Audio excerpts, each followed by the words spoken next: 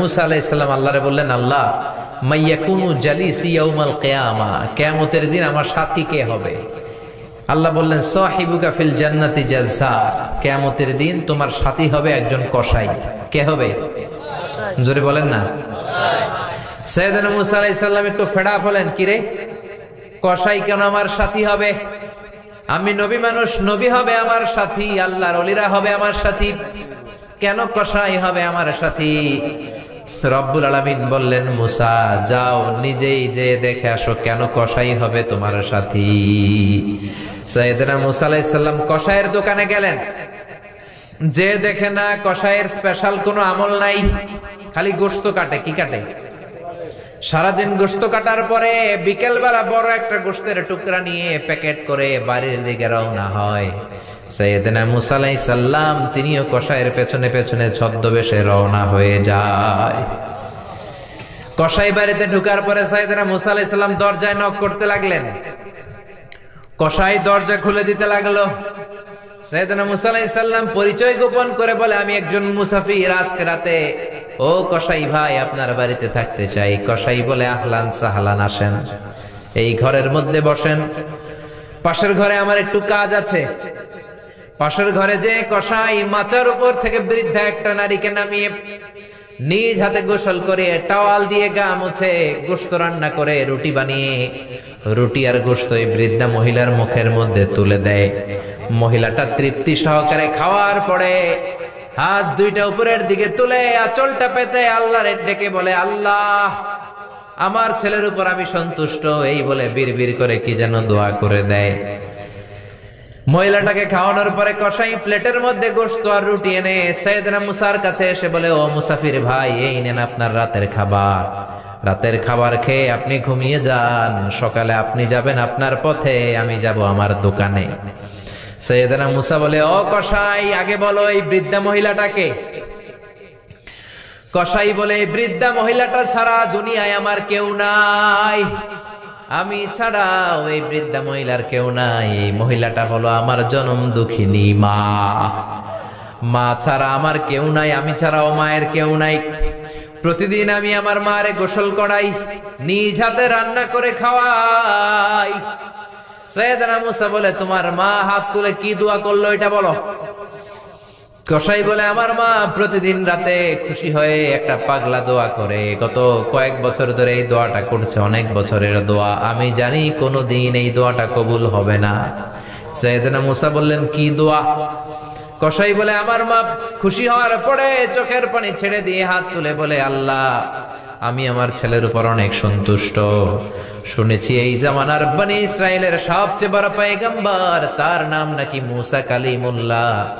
আমি তোমার কাছে দোয়া করে গেলাম, আমার ছেলেরে তুমি ওই মুসা নবীর সাথে জান্নাতে ঢুকাইয়া দিবা। মুসা আলাইহিস সালাম বলে, কানেকশন তো এই জায়গায়, আসল কানেকশন তো এখানে, এটা তো মায়ের দোয়ার বরকত। আল্লাহু আকবার।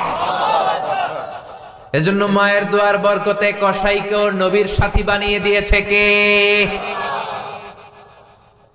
বিশ্ব নবী বাবা মার আদর পায় নাই, জন্মের আগেই বিশ্ব নবীর বাবা নাই, 6 বছর বয়সে মা নাই, দাদার কাছে মানুষ হয়েছেন, চাচার কাছে মানুষ হয়েছেন। বিশ্বনবী হুদাইবিয়ার উমরা যেদিন করতে যাবেন, 1400 সাহাবীকে নিয়ে বিশ্বনবী উমরা করার জন্য রওনা হলেন। পথিমধ্যে আবওয়া নামক জায়গার মধ্যে বিশ্বনবীর মায়ের কবর। বিশ্বনবীর মায়ের নাম কি? তোরা দেখে যা আমিনা মায়ের কোলে, মধু পূর্ণিমারি সেথা চাঁদ দোলে, যেন উষার কোলে রাঙা রবি দোলে, কুল মখলুকে আজি ধ্বনি উঠে কে লই, কালেমা শাহাদাতের বাণী ঠোঁটে কে লই, পরে দুরুদ ফেরেশতা বেহেশতের দুয়ার খোলে, তোরা দেখে যা আমিনা মায়ের কোলে। ঠিক না? মায়ের কবর পড়ল সামনে, জায়গার নাম আবওয়া, ছোট্ট একটা টিলা। 1400 সাহাবীদের দিকে তাকিয়ে বিশ্বনবী বললেন, ও সাহাবারা, এটা আমার মায়ের কবর। আমি আল্লাহর কাছ থেকে অনুমতি পেয়েছি মায়ের কবর জিয়ারত করার, তোমরা যারা জিয়ারত করতে চাও আসো। 1400 সাহাবী বলে আমরাও আপনার মায়ের কবর জিয়ারত করব। বিশ্বনবী 1400 সাহাবীরে বললেন জিয়ারত করার সময় কেউ কিন্তু কান্নাকাটি করতে পারবা না। 1400 সাহাবীকে কান্নাকাটি করতে নিষেধ করে বিশ্বনবী যখন নিজের মায়ের কবরের সামনে দাঁড়ালেন, বিশ্বনবী ছোট্ট বাচ্চার মতো হাউমাউ করে কান্না শুরু করে দিলেন। বিশ্বনবীর কান্না দেখে 1400 সাহাবাও কান্না শুরু করে দিল। বিশ্বনবী 1400 সাহাবীদের দিকে তাকিয়ে ধমক দিয়ে বলে, তোমরা কাঁদো কেন? সাহাবারা বলে, নবী আপনাকে আমরা অনেক ভালোবাসি, আপনারে কাঁদতে দেখলে আমাদেরও কান্না আসে। আপনার চোখ দিয়ে দার দার করে পানি নামতে দেখলে আমরা আমাদের দুটি চোখ আর শুকনা রাখতে পারি না। বিশ্বনবী বললেন, আদ্রাকাতনি রাহমাতুহা ফাবাকাইতু। আমার ছোটবেলার স্মৃতি মনে পড়েছে, আমার মা যে আমারে আদর করেছে ওই স্মৃতিগুলো আমার মনে পড়েছে। আমার মা আমেনা আমারে জাইতুনের তেল মালিশ করে দিত গায়ে, আমার মা আমেনা আমারে জামা পরিয়ে দিত, কোলে নিত, আদর করত, চুমু খেত। ওই স্মৃতিগুলো আমার মনে পড়েছে, তাই আমি কাঁদি, তোমরা কাঁদো কেন? বিশ্বনবী মায়ের আদর পায় নাই, কিন্তু মায়ের কবরের সামনে দাঁড়িয়ে ছোট্ট বাচ্চার মতো কেঁদেছে। এজন্য মায়ের দোয়ার দরকার আছে না নাই? বিশ্বনবী কানা ইউকাসিমুল আহমান ফিল জিআররানা, জিআররানা নামক জায়গার মধ্যে বিশ্বনবী কুরবানির গোশত বিতরণ করছেন। কিসের গোশত? বাংলাদেশে কুরবানির গোশত বিতরণ হয় কি হয় না? জোরে বলেন। বিশাল লম্বা লাইন, বিশ্বনবী লাইনের মধ্যখান থেকে বৃদ্ধা একটা নারীকে আলাদা করে নিয়ে আসলেন। বিশ্বনবী নিজের গায়ের চাদরটা বিছিয়ে দিলেন, মহিলাটারে বসালেন, বড় একটা গোশতের টুকরা দিলেন, প্যাকেট দিলেন। বৃদ্ধা মহিলাটাও বিশ্বনবীর মাথার মধ্যে হাত বুলিয়ে দিয়ে দোয়া করে গেল। সাহাবীরা বললেন, ইয়া রাসূলুল্লাহ, ইয়া হাবিবাল্লাহ, হাজার হাজার মানুষ, কাউকে তো লাইন থেকে আলাদা করলেন না, কে এই বৃদ্ধা মহিলা? কেন এই মহিলারে নিজের চাদরের উপরে বসতে দিলেন? বিশ্বনবী বললেন, জন্মের আগে আমি বাবা হারালাম, 6 বছর বয়সে মাকে হারিয়েছি, মায়ের বুকের দুধ আমি খেতে পারি নাই। যেই মহিলাটারে আমার চাদরের উপরে বসতে দিলাম, এই মহিলাটা হলো আমার দুধ মা হালিমা, বনু সাদ গোত্রের হালিমা। এই হালিমার বুকের দুধ খেয়ে আজকে আমি তরতাজা নবী মুহাম্মদ। চিল্লায় কোন আল্লাহু আকবার। এজন্য মা বাবার দোয়ার দরকার আছে না নাই? কখনো মা বাবার সাথে বেয়াদবি করা যাবে না, গরম আওয়াজে কথা বলা যাবে না, উচ্চবাচ্য করা যাবে না, কোমল আচরণ করতে হবে, মা বাবার দোয়া নিতে হবে। কোন কারণে মা বাবার সাথে যদি ঝগড়া হয়, বাক বিতণ্ডা হয়, আজকের মাহফিলের পরে মা বাবার পা ধরে আমরা ক্ষমা চাবো। রাজি আছেন? সবাই রাজি আছেন? কেউ যদি মা বাবার পা ধরে ক্ষমা চায়, মা বাবা কি ক্ষমা না করে পারে? আর আম্মা আব্বার পায়ে ধরে চোখের পানি ছাড়তে কি কোনো লজ্জা আছে? জোরে বলেন আছে? আজকে আমরা ক্ষমা চাইবো, আজকে আমরা দোয়া নিব। মা বাবার দোয়া সবচেয়ে বড় দোয়া। মায়ের দোয়া থাকলে ওই ব্যক্তি কখনো ব্যর্থ হয় না।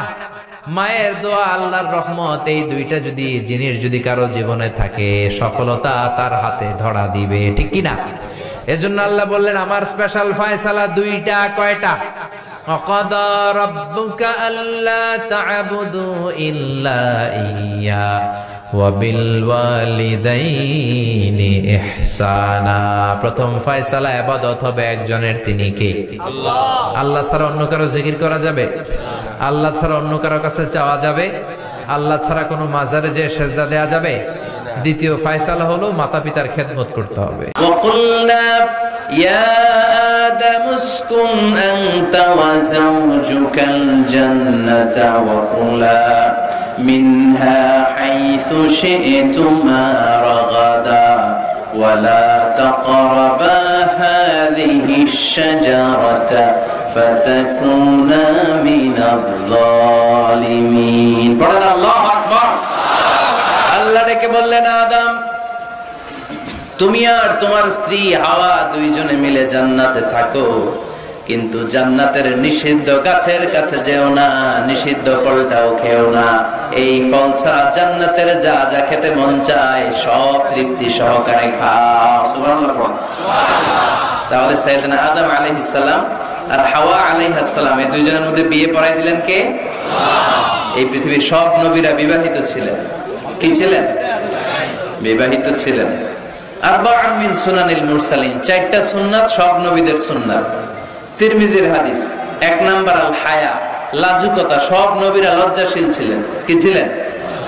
এজন্য বাচ্চাকে লজ্জাশীলতা শিখাবেন। অন্যের সামনে ছোট বাচ্চার প্যান্ট খুলে ফেলবেন না। অনেকে এগুলো করে, বাচ্চাদের প্যান্ট খুলে ফেলে আর বলে সমস্যা কি, ছোট মানুষ তো, তোর বেটা খোল, প্যান্ট খোল। এখনো যদি প্যান্ট খোলা শিখান,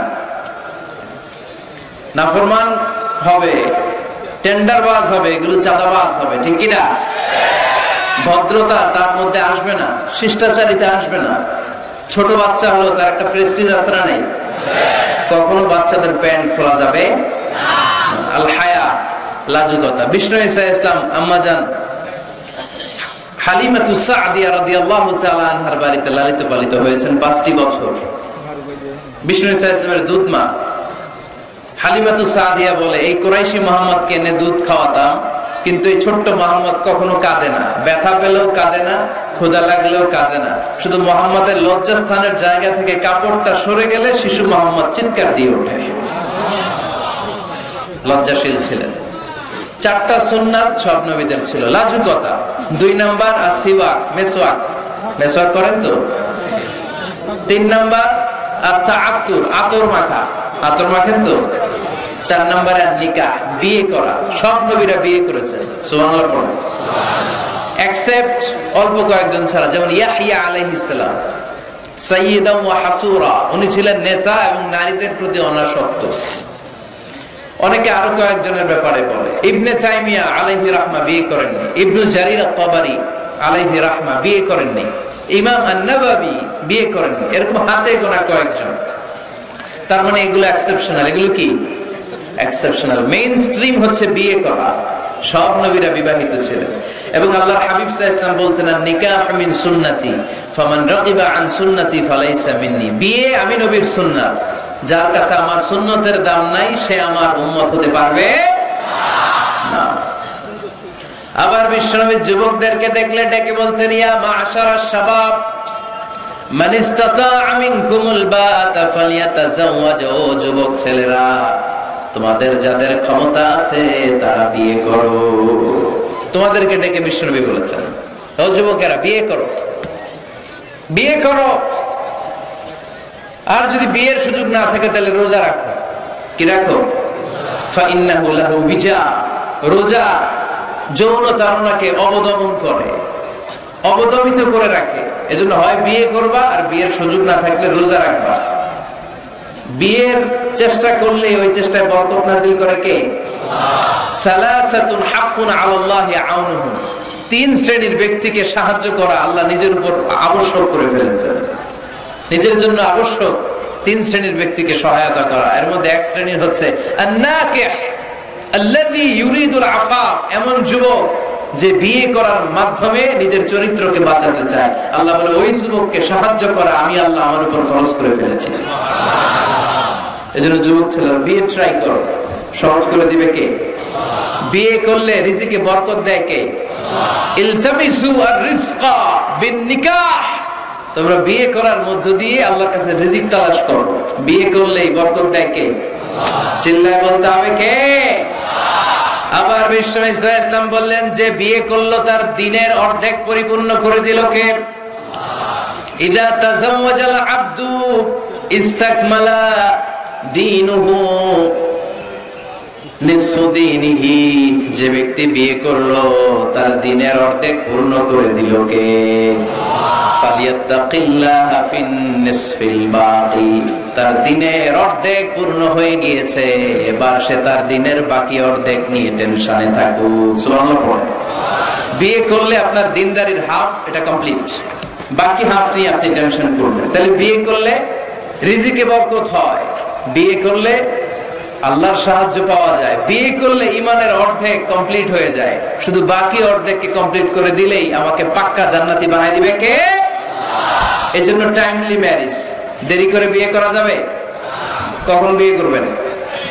আজকেই। খাইছে এত পুরো ডাইরেক্ট অ্যাকশন আজকেই। যত দ্রুত বিয়ে করা যায় টাইমলি বিয়ে করতে হবে।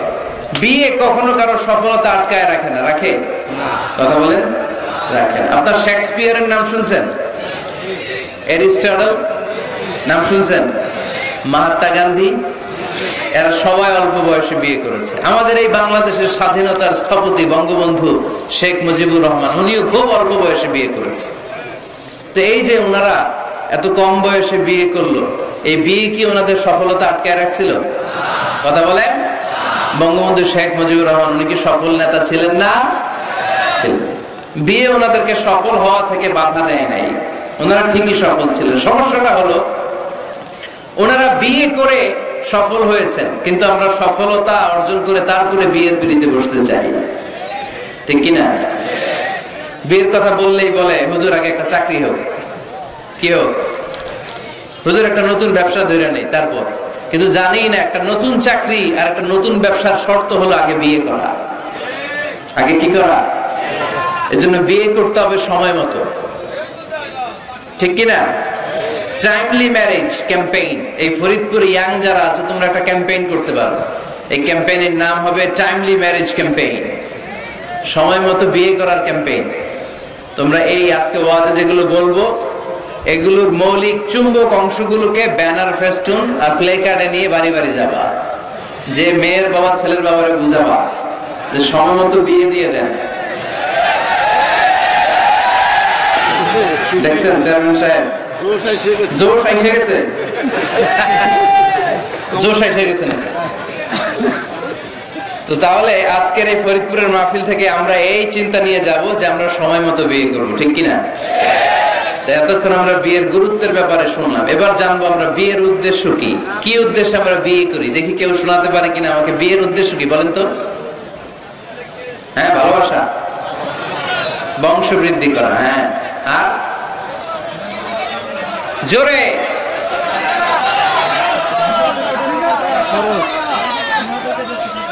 জিনা থেকে বেঁচে থাকা, মাশাআল্লাহ। আর পরিবার গঠন করা, মাশাআল্লাহ। আর নেক সন্তানের বাবা হওয়া, তাকে কোরআনের সৈনিক বানানো। আর জান্নাতে একসাথে যাইতে চাই, এটাই। একা যাও না, হেতিরে লই যাও, মাশাআল্লাহ, একসাথে যাই। আদর্শ পিতা হওয়া, বিয়ে করছো নি? হ্যাঁ, আল্লাহ ওকে আদর্শ পিতা বানাক, আমরা বলি আমিন। আসলে এই যে সোশ্যাল ক্রাইসিস, এগুলো নিয়ে কথা হওয়া দরকার, কি বলেন? এগুলো নিয়ে বলে না তো অনেকে, খোলামেলা বলতে চায় না। কমফোর্ট জোন থেকে বের হয়ে কেউ কথা বলতে চায় না, সবাই সবার কমফোর্ট জোনে থাকতে চায়, তাই না? তো এই জন্য বিয়েটা সহজ করে দিবেন। হ্যাঁ, আপনারা অনেকগুলো অবজেক্টিভস অফ ম্যারেজ আমাকে শুনিয়েছেন, আমি একমত। প্রথম, বিয়ের উদ্দেশ্য হচ্ছে ইবাদত। বিয়ের আসল উদ্দেশ্য কি? আমরা যাই করি কার খুশির জন্য? এজন্য রব্বুল আলামিন বলেন, কুল ইন্না সলাতি ওয়া নুসুকি ওয়া মাহইয়ায়া ওয়া মামাতি লিল্লাহি রাব্বিল আলামিন। নবী, হ্যাঁ আপনি বলে দেন আমার নামাজ, আমার যাকাত, আমার রোজা, আমার হজ, আমার জীবন, আমার মরণ সবকিছু হবে একটা সত্তার জন্য, তিনি কে? তো সব যদি আল্লাহর জন্য হয়, বিয়েটাও কার জন্য? বিয়েটা আসলে ইবাদত। যারা বিয়েটাকে শুধু আনন্দ মনে করে, খেয়াল করেন, এদিকে তাকান, যারা বিয়েটাকে শুধু আনন্দের জন্য করে এরা বিয়ের পরপরই হতাশ হয়, কারণ আনন্দ বেশি দিন থাকে না। রং ধরা যৌবন জং ধরে নাই। এই সুন্দর শরীরের সৌন্দর্য এটা 3 বছর 4 বছর, একটা দুইটা বাচ্চা হলে আগের সৌন্দর্য থাকে? তো বিয়েকে যারা take it as a pleasure, যারা আনন্দ হিসেবে নেয়, তারা বিয়ের পরপরই হতাশ হয়, আর এই হতাশা চলতে থাকে আজীবন। আর যে বিয়েকে যারা ইবাদত হিসেবে নেয়, তারা বিয়ের পরপরই হাজবেন্ড আর ওয়াইফ একে অপরের উপর সন্তুষ্ট হয়, আর এই সন্তুষ্টি চলতে থাকে আজীবন, ঠিক কিনা?